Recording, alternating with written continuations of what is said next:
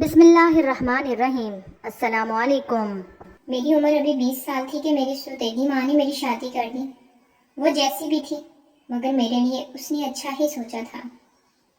میرے شوہر انگلینڈ میں اپنی فیملی سمیت رہتے تھے، میں بھی نکاح کے 6 ماہ کے بعد رخصت ہو کر انگلینڈ آ گئی۔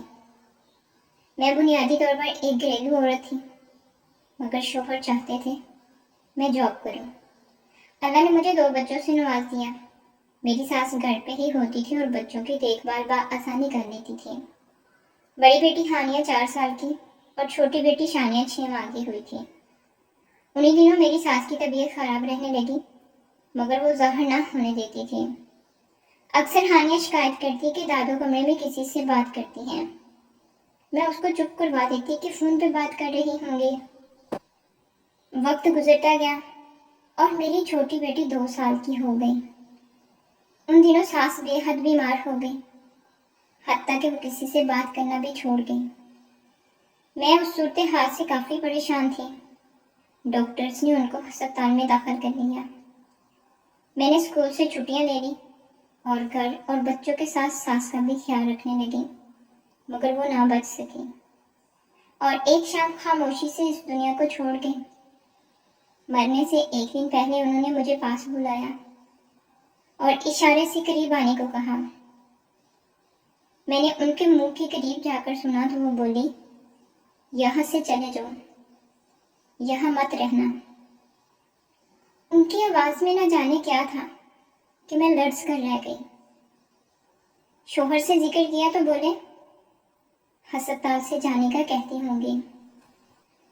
ان کو ہسپتال اور دعاؤں سے بہت الرجی تھی، اس لیے میں بھی یہی سمجھ بیٹھی مگر میں نہیں جانتی تھی کہ وہ ہم سے کیا کہنا چاہتی تھی۔ اگلے دن ان کی موت سے ہمارا گھر کا گھر افسردہ ہو گیا۔ ایک ماہ ان کو پاکستان لانے اور تدفین وغیرہ میں لگ گیا۔ واپس گھر پہنچی تو نوکری کی فکر ہوئی۔ شوہر سے بات کی کہ نوکری چھوڑ دی جائے تو وہ بولے، اب بچے بڑے ہو رہے ہیں، اسکول میں تم ہوگی تو ان کی فکر نہیں ہوگی۔ میں بھی سوچ میں پڑ گئی۔ ہانیہ تو میرے ساتھ ہی اسکول جاتی تھی مگر شائنہ ابھی چھوٹی تھی، اس کے لیے ڈے کیئر کا انتظام بھی نہیں کیا تھا۔ روشن ایک اچھی عورت تھی، اس کے پاس چھوڑ کر میں پہلے دن اسکول گئی۔ طویل غیر حاضری کے بعد کام کا لوڈ تھا۔ آتے آتے شام کے 4 بج گئے تھے۔ باغم باغ بڑی بیٹی کو لیے پڑوسن کے پاس آئی، دیکھا تو شائنہ سو رہی تھی۔ بہت شکریہ ادا کیا، روشن نے چائے پہ روک لیا۔ چائے کی طلب بھی تھی، میں بیٹھ گئی۔ اس کا نام سارا تھا اور وہ بھی مسلم تھی۔ اس کے 2 بیٹے تھے جو اسکول جاتے تھے۔ سائرہ نے بیبی اسٹرا کی تجویز دی۔ وہ کمپنی کو جانتی تھی جہاں سے بیبی اسٹرا کی خدمات حاصل کی جا سکتی تھی۔ اندھا کیا چاہے 2 آنکھیں، میں نے فوراً رابطہ نمبر لیا۔ سارا نے مجھے بتایا کہ کمپنی میں ایک مسلم لڑکی بھی کام کرتی تھی جس کا نام عالیہ تھا۔ اسی کو بلانے کا کہا کیونکہ سارا بھی ضرورت کے وقت اسی کو بلاتی تھی۔ میں نے کمپنی کو فون کیا اور عالیہ کو بھیجنے کا کہا۔ کمپنی نے شام 8 بجے کا وقت دیا۔ میں بے چینی سے اس کا انتظار کرنے لگی۔ ٹھیک 8 بجے عالیہ آ گئی۔ وہ ایک سوجی ہوئی لڑکی تھی، عمر 22 سال کے لگ بھگ تھی۔ وہ اپنا اور اپنی ماں کا پیٹ بھرنے کے لیے نوکری کر رہی تھی۔ عالیہ کا سارا بایو ڈاٹا کمپنی نے بھیج دیا تھا۔ مجھے بھی وہ ایک مخلص لڑکی لگی اور میں نے اسے نوکری پہ رکھ لیا۔ جب اسے معلوم ہوا کہ میں اسے مستقل طور پر رکھ رہی ہوں تو وہ بے حد خوش ہوئی اور اگلے دن صبح 8 بجے آنے کا وعدہ کر دیا۔ اگلے دن صبح وہ ٹھیک 8 بجے گھر آ گئی۔ شائنہ اسے دیکھ کر بہت خوش ہو گئی۔ وہ گھر سے جانا نہیں چاہتی تھی۔ اب ایک کھیلنے والا انسان اسے مل رہا تھا۔ وہ جلد ہی دوست بن گئی۔ میں اور میرے شوہر بہت مطمئن ہو کر اپنے اپنے کام پہ چلے گئے۔ شائنہ ایک خوش مزاج بچی تھی۔ وہ 2 سال کی ہو گئی تھی اور بہت باتیں کرنے لگی تھی۔ پورے گھر میں بھاگتی دوڑتی پھرتی۔ ہانیہ اسکول سے آ جاتی تو دونوں مل کر بہت ادھم مچاتی تھی۔ دیکھتے ہی دیکھتے 1 ماہ گزر گیا اور عالیہ نے میرا بھروسہ جیت لیا۔ وہ ایک اچھی اور مخلص لڑکی تھی۔ کچھ دنوں سے میں دیکھ رہی تھی کہ وہ مجھ سے کچھ کہنا چاہتی تھی۔ کئی بار وہ کچھ کہنا شروع کرتی مگر بات کو چھوڑ دیتی اور خدا حافظ کہہ کر نکل جاتی۔ میں نے سوچا شاید اس کی ماں ٹھیک نہیں تو چھٹی لینا چاہتی ہوگی۔ یہ سوچ کر میں نے اگلے دن اس سے چائے پہ روک لیا۔ वो कप हाथों में लिए गुमसुम सी बैठी थी। मैंने खुद ही उससे पूछा कि सब खैरियत है। वो मुस्कुराई और सर हाँ में हिलाया। मैंने उसके हाथ में हाथ रखा और उसे यकीन दिलाया कि वो मुझसे कोई भी बात कर सकती है। वो चुपचाप मुझे देखने लगी। उसकी आंखों में एक उलझन सी थी। वो बोली, ऊपर दाएं कमरे में कौन रहता है? मैं एकदम हैरान सी हो गई। वहां मेरी सास रहती थी। मैंने कहा, क्या बात है, बोलो। कुछ नहीं बेबी, वहां चली जाती है और बातें करती है, उसने बताया। मैं सोच में पड़ गई।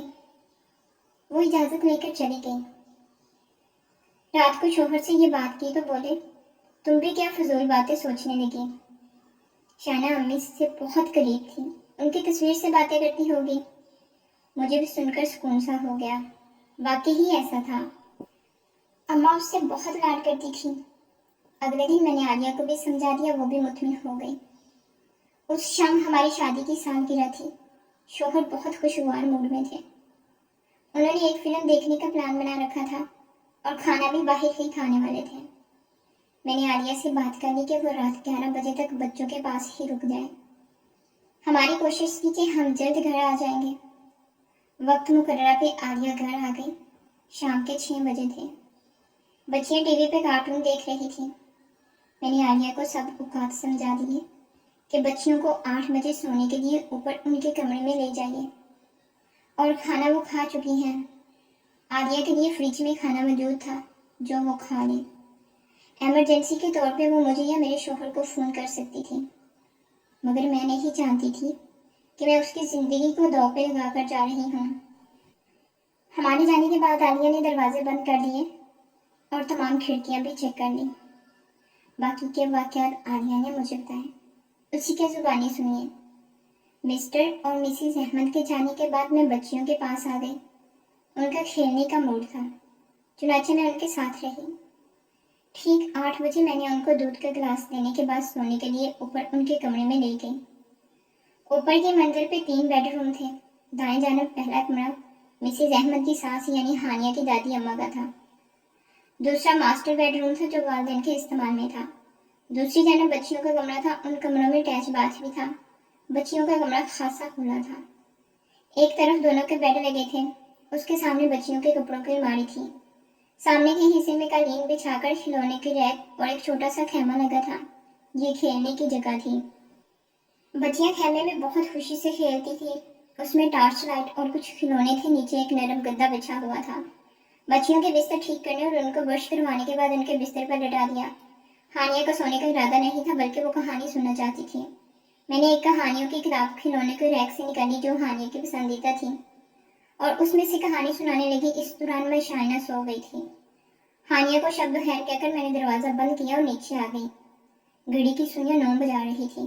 मुझे कुछ भूख लग रही थी। मैंने फ्रिज में झांका तो पास्ता और एक पिज़्ज़ा मौजूद था। मैंने पिज़्ज़े के 2 स्लाइस काटे और गर्म करने ओवन में रख दिए। घर में एक अजीब सी खामोशी थी। मुझे घबराहट सी होने लगी तो माँ को फ़ोन मिलाया। उनसे बात करके काफ़ी सुकून महसूस हुआ।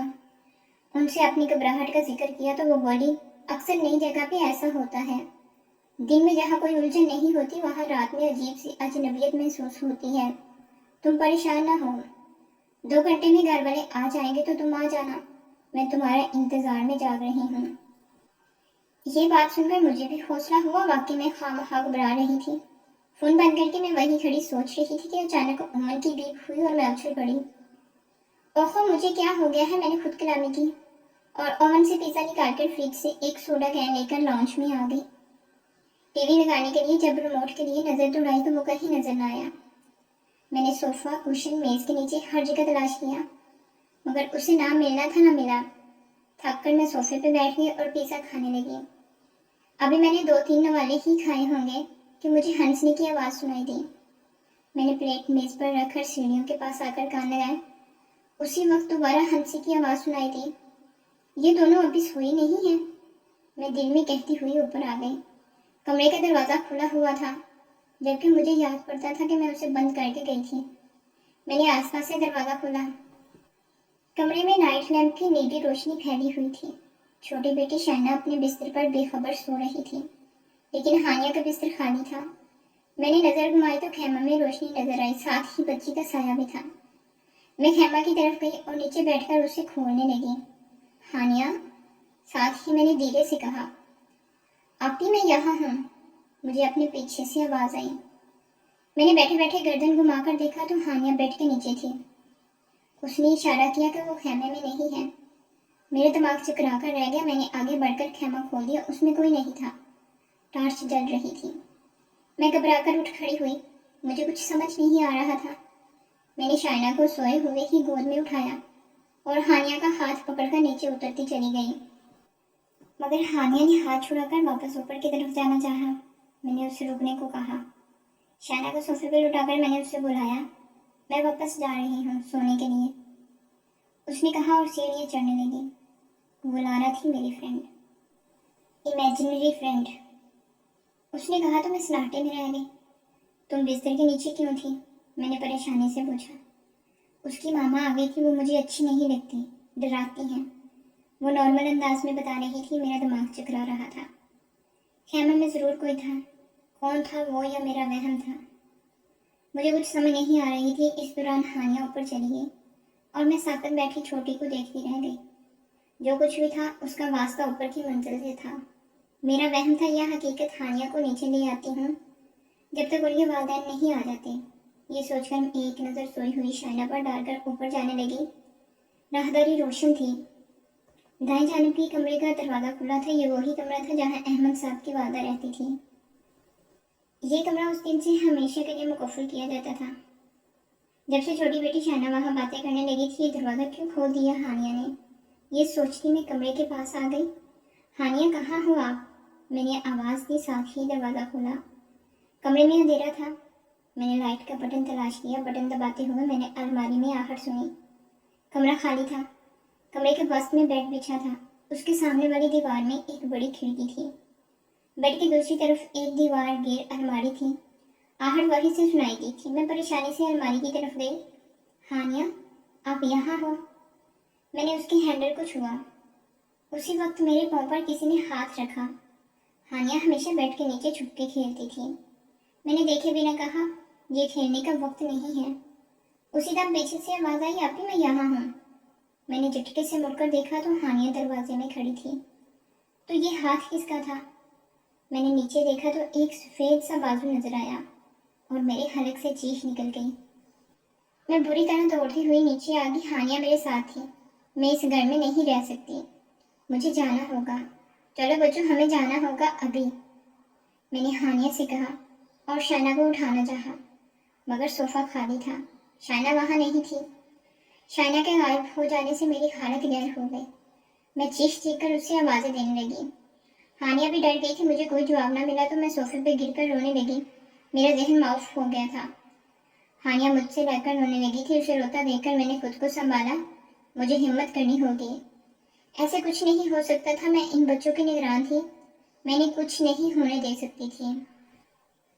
चाहे कुछ भी हो जाए, मुझे बच्चियों की हिफाजत करनी होगी। मैंने आंसू पूंछ डाले। हानिया को साथ लिपटा लिया, उसको तसल्ली दी और कहा कि हमें शाइना को ढूंढना है। हम उसे पूरे घर में तलाश करेंगे। वो कहीं नहीं जा सकती, वो यही होगी, इसी घर में। ये सब समझाने के बाद हमने शाइना को ढूंढना शुरू कर दिया। नीचे ड्राइंग रूम और टीवी लॉन्च के अलावा एक स्टडी रूम भी था। मैं वहाँ गई। हानिया भी मेरे पीछे पीछे थी। पूरा कमरा खाली था, वहाँ कोई ना था। मैंने शाइना को आवाज़ दी मगर कोई जवाब न मिला। हानिया बाहर निकल गई। मैं उसके पीछे ही बाहर आ गई थी।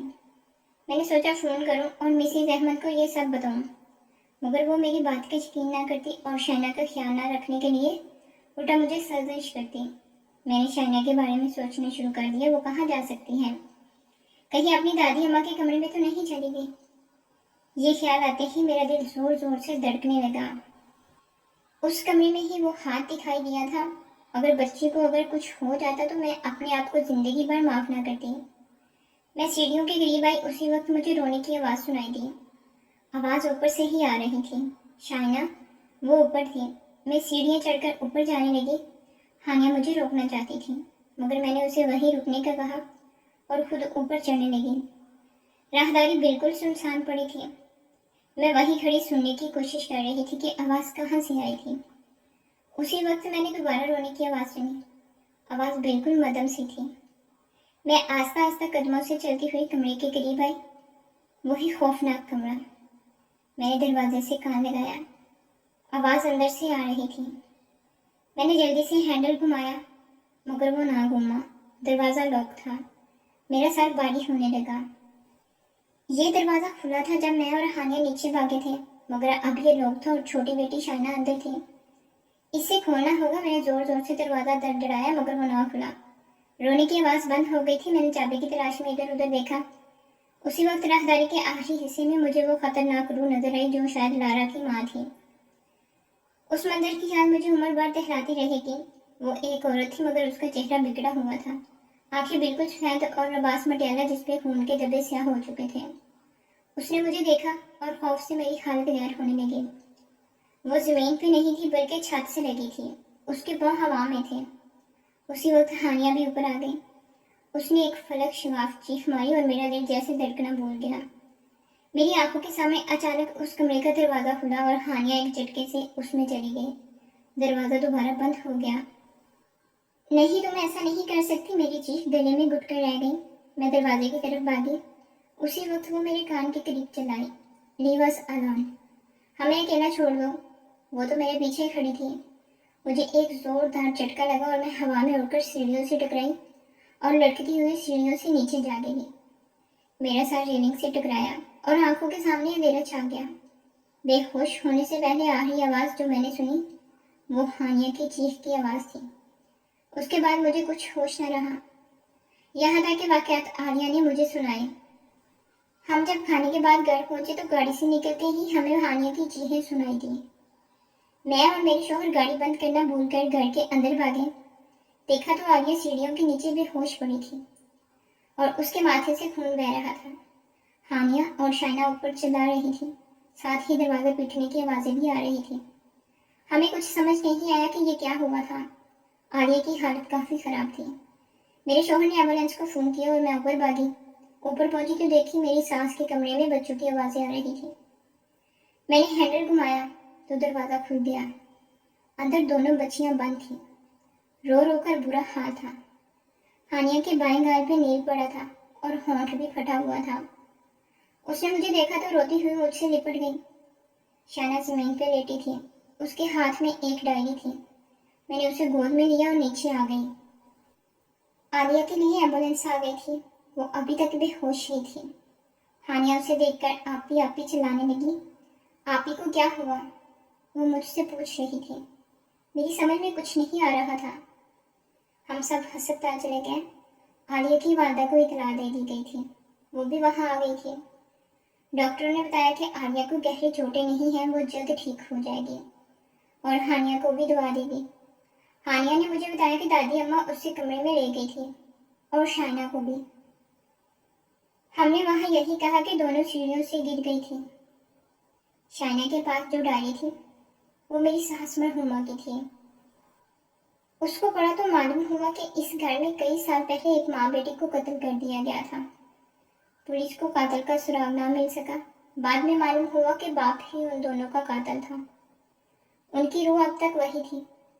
وہ وہاں کسی کو آباد نہیں دیکھ سکتی تھی. میری ساس نے ایک روحانی عمل کے ذریعے ان کو اپنے کمرے تک محدود رکھا تھا مگر ان کی وفات کے بعد وہ بچوں پہ حاوی ہونے لگی تھی. دوسرے روز عالیہ نے جب یہ سب واقعات سنائے تو مجھے اپنی ساس کی بات یاد آئی کہ یہاں سے چلے جانا, یہاں مت رکنا. عالیہ نے جو کیا میں اس کا بدلہ نہیں دے سکتی تھی. اس نے اپنی جان کو خطرے میں ڈالا تھا. ہم نے اسی ہفتے مکان بدل لیا. اس عرصہ بھی میں بچوں کے ساتھ ایک ملنے والوں کے گھر میں رہی. میری بچیاں اور عالیہ آج بھی بہت اچھی دوست ہیں اور عالیہ اور اس کی والدہ ہمارے گھر کے فرد کی طرح ہیں. مزید اچھی ویڈیوز کے لیے میرے چینل کو لائک, سبسکرائب اور شیئر کریں. شکریہ.